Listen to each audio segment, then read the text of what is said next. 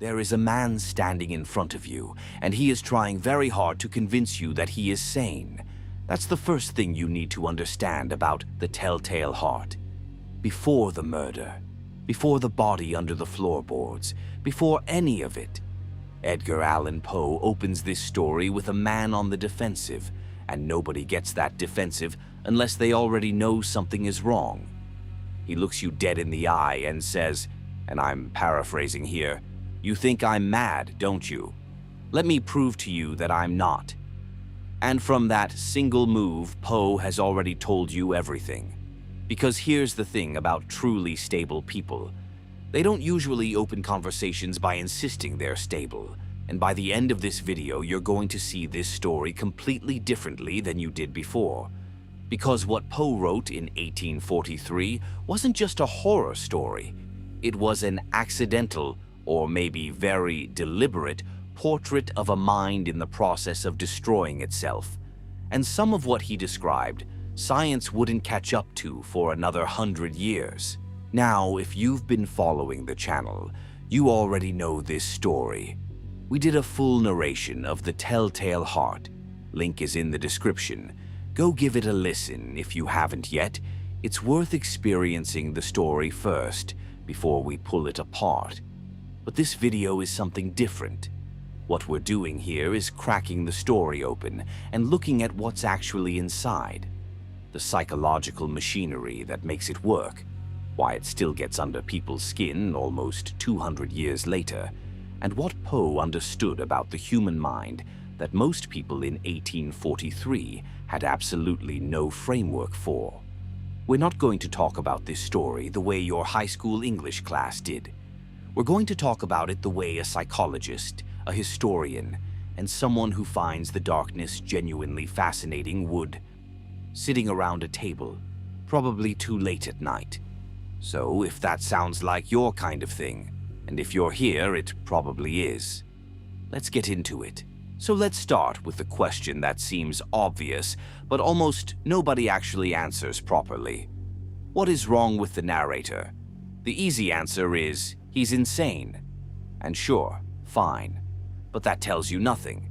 Insanity isn't a diagnosis, it's a legal term. It's a word we use when we don't want to think harder. So let's think harder. The first clue Poe gives us is this. The narrator doesn't experience the world the way you do. He tells us early on that his senses are heightened, sharpened beyond what's normal. He says he heard things in heaven, things in earth, things in hell. He's not speaking metaphorically. He genuinely believes his perception is superior, more acute, more real than everyone else's. And that specific detail is not random. What Poe is describing, whether he knew the clinical term or not, maps almost perfectly onto a condition called hyperesthesia. Hyperesthesia is a neurological state where sensory input is dramatically amplified. Sounds feel louder, light feels harsher, physical sensations feel more intense than they should.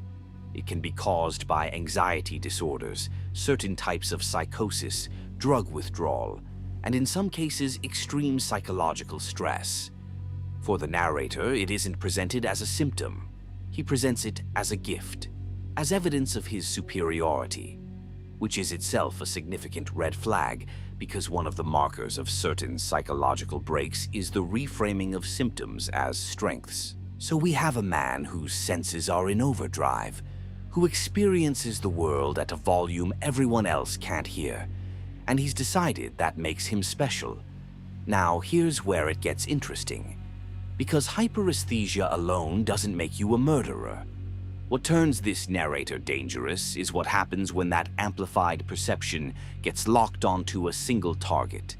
And the clinical term for that process is obsessive ideation, the point where a thought stops being a thought and starts being a gravitational force that everything else orbits around. He tells us himself. He says he loved the old man. No real motive, no money, no grudge.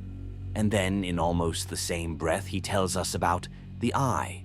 The old man's eye, pale blue, filmed over like the eye of a vulture, he says. and something about it made his blood run cold. Now most readers hear that and think, okay, creepy eye, moving on. But stop there for a second. He loved the man. The man had done nothing to him. And yet one physical feature, one single aspect of this person's appearance became so unbearable that it rewired his entire relationship with reality. That is a textbook description of how obsessive ideation actually works. The mind latches onto something, assigns it enormous meaning, and then cannot release it no matter how irrational that meaning becomes.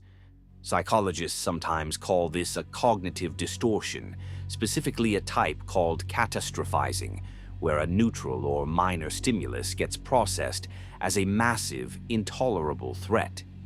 The eye wasn't doing anything, but to him it had become the most dangerous thing in the world. And once the mind builds that kind of meaning around something, logic cannot touch it. Here's something that gets glossed over almost every time someone talks about this story. The narrator is not out of touch with reality, and that distinction matters enormously. In psychology, there's a fundamental dividing line between two categories of mental illness. On one side, you have psychosis, a state where a person has genuinely lost contact with reality. They may experience hallucinations, delusions, a complete break from what's real and what isn't. On the other side, you have neurosis, where the person is very much in contact with reality. They know what's real. They just can't stop their mind from tormenting them with it. The narrator of The Telltale Heart is not psychotic, and Poe makes this clear in a way that's easy to miss. The narrator is methodical. He is patient. He plans the murder over the course of 7 nights. He cases the room, controls the lantern light, waits. That is not the behavior of someone disconnected from reality. That is the behavior of someone who is painfully, exhaustingly aware of it. What makes this story genuinely disturbing, more disturbing than a straightforward monster or a ghost, is that the narrator knows exactly what he's doing. He knows it's wrong, and he does it anyway, because the psychological pressure has built to a point where action feels like the only release valve. That's closer to what we'd now recognize as severe obsessive-compulsive disorder or a paranoid personality structure, not full psychosis. The mind is working. It's just working against him. And Poe, writing in 1843, with zero access to Freud, zero access to modern neuroscience, captured that with uncomfortable precision. Let's talk about the old man, because he is one of the most strangely written characters in all of American literature, and not because Poe does a lot with him, but because of how deliberately little he does. We don't know the old man's name. We don't know what he looks like beyond that eye. We don't know his history, his personality, whether he was kind or cruel or somewhere in between.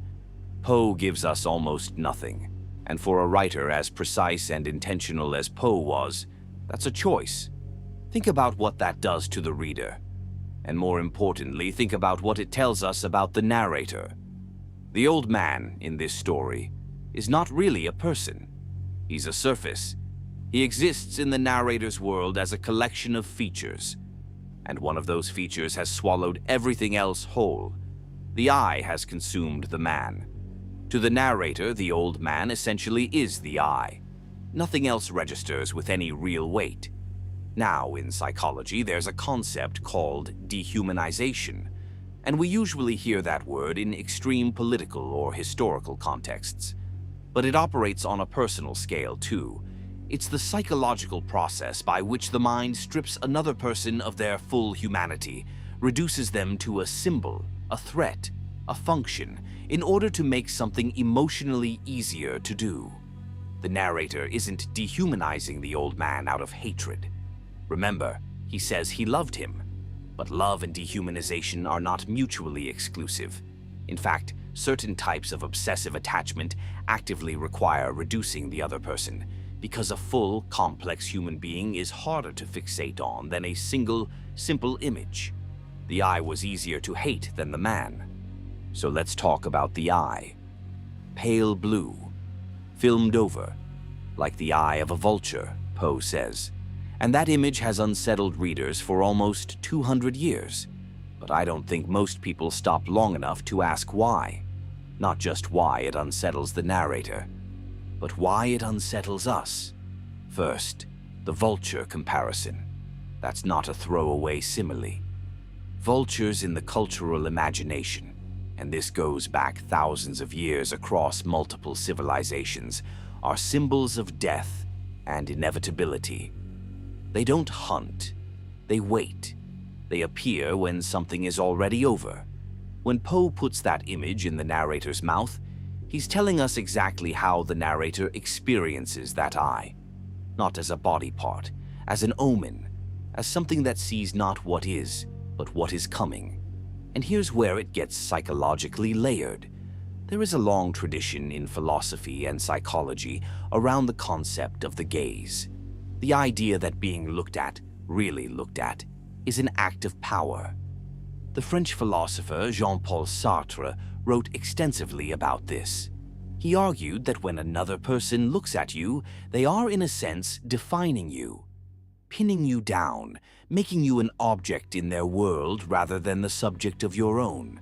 Now, Sartre was writing in the 1940s, but the anxiety he was describing is ancient and deeply human, and it lives right at the heart of this story. The narrator cannot stand the eye because the eye sees him, not the version of himself he's constructed, not the calm, rational, superior person he believes himself to be. Something in that pale filmed gaze cuts right through all of that, and he cannot tolerate it. The eye knows. That's what his mind has decided. And once a mind decides something with that kind of conviction, no amount of reason can undo it. Let's go one layer deeper, because I think the eye is doing something even more specific than we've covered so far.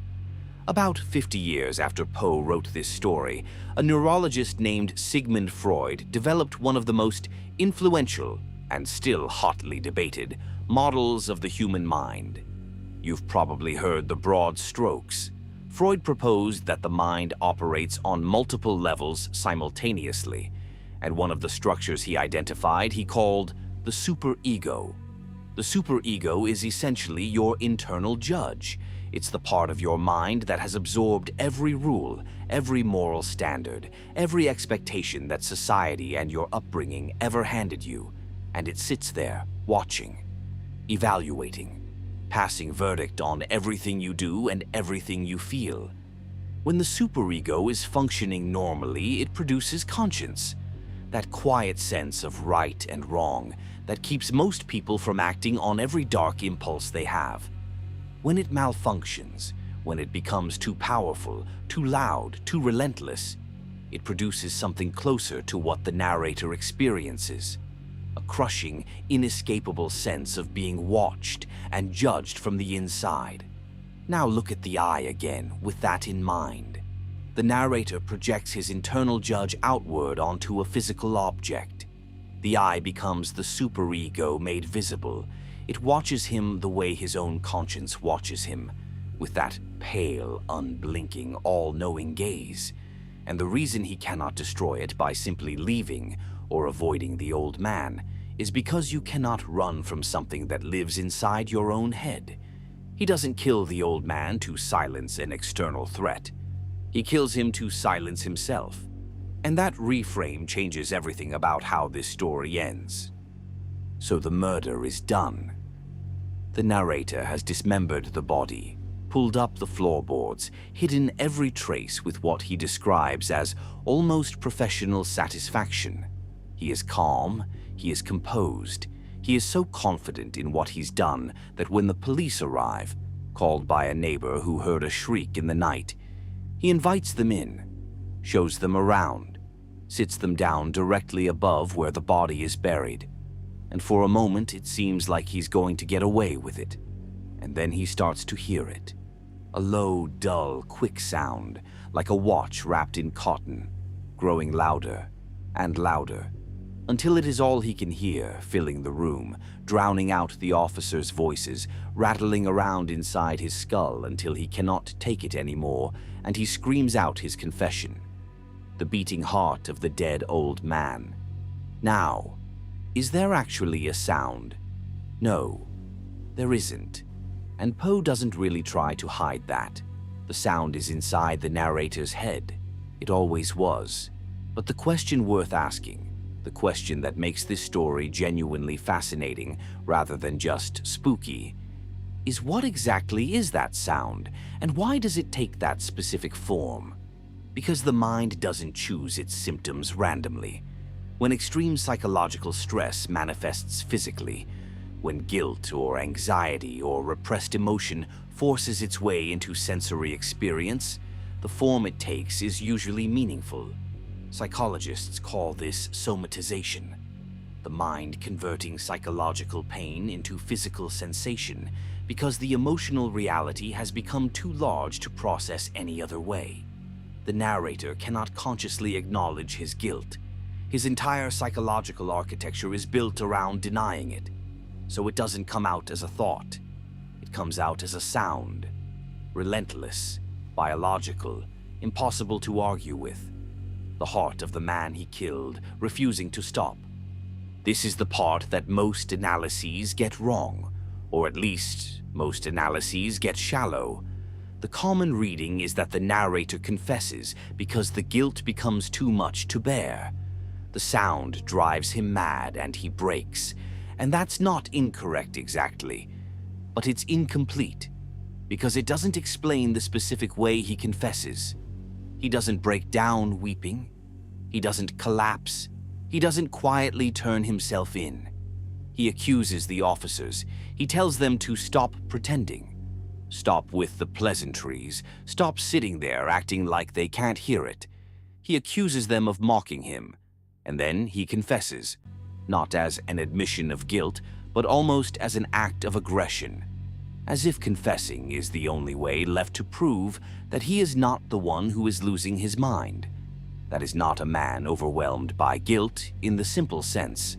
That is a man whose psychological defenses have completely collapsed.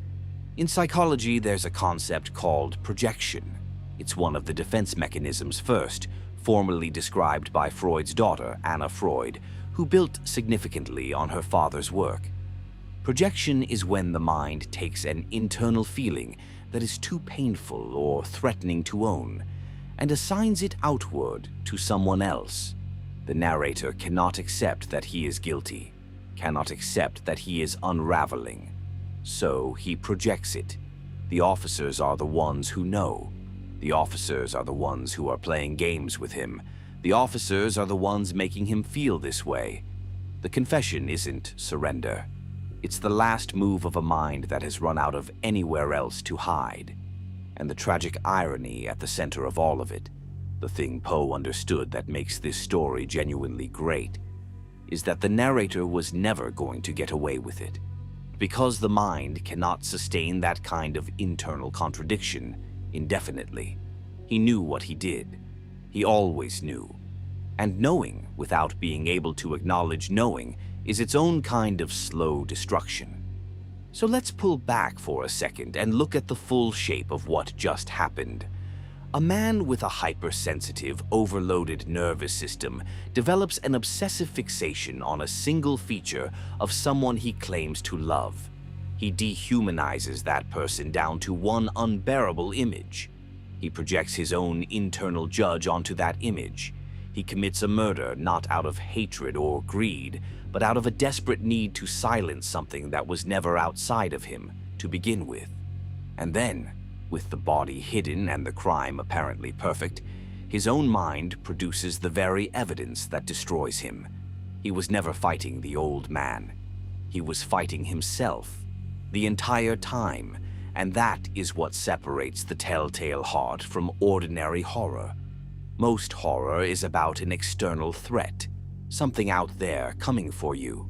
What Poe built here is the opposite. The threat is internal.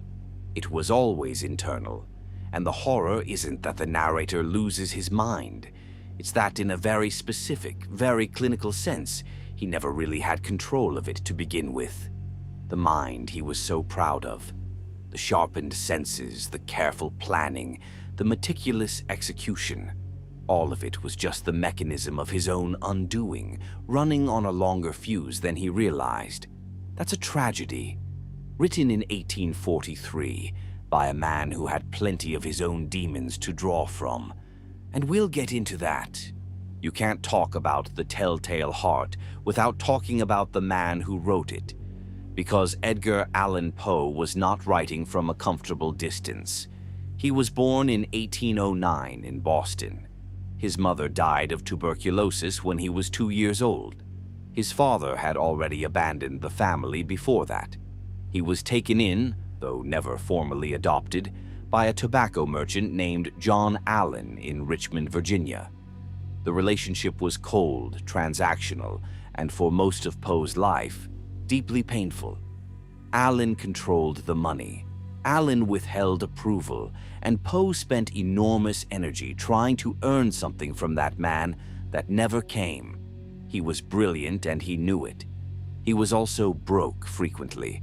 He struggled with alcohol for most of his adult life in a way that today we'd recognize as self-medication for severe anxiety and depression. His wife, Virginia, who was also his first cousin, which was more common practice at the time than it is now, died of tuberculosis in 1847, the same disease that had taken his mother. He watched her deteriorate over years. By the time he wrote The Telltale Heart in 1843, he had already lived through more loss than most people accumulate in a lifetime. And all of that is in the story. Not literally, but structurally, emotionally. The narrator's desperate need to be seen as rational. The way love and obsession blur into something dangerous. The feeling of being watched and judged by something you can't escape. The way the mind turns on itself when the pressure gets high enough. Poe wasn't just inventing a character. He was mapping terrain he already knew. Here's what I keep coming back to with this story. Sigmund Freud published his first major work on the unconscious mind in 1895. The formal diagnosis of obsessive-compulsive disorder didn't appear in psychiatric literature until the late 19th century. The concept of somatization, the mind converting psychological pain into physical sensation, wasn't clinically defined until well into the 20th century. Hyperesthesia, as a documented neurological phenomenon, took decades of medical research to properly describe. Poe wrote The Telltale Heart in 1843. He didn't have access to any of that framework. There was no vocabulary for what he was describing. Psychology as a formal discipline barely existed. The dominant understanding of mental illness at the time was still tangled up in moral judgment. Madness was weakness, or sin, or divine punishment, depending on who you asked. And yet, working purely from observation, intuition, and probably a significant amount of personal experience, Poe built a portrait of a mind in crisis that holds up against modern psychological understanding with uncomfortable accuracy. That's genius. The specific, uncomfortable kind that tends to come from people who have spent a lot of time living inside their own heads with no way out. The Telltale Heart endures because it's true. It describes something real about the way guilt operates, the way obsession works, the way the mind will always find a way to surface what you're trying to bury. You can pull up the floorboards, you can hide the evidence, but you cannot hide it from yourself. And on that note, if you haven't listened to our full narration of The Telltale Heart yet, the link is in the description. Experience the story the way Poe intended it, in the dark, with the volume up. We'll see you in the next one.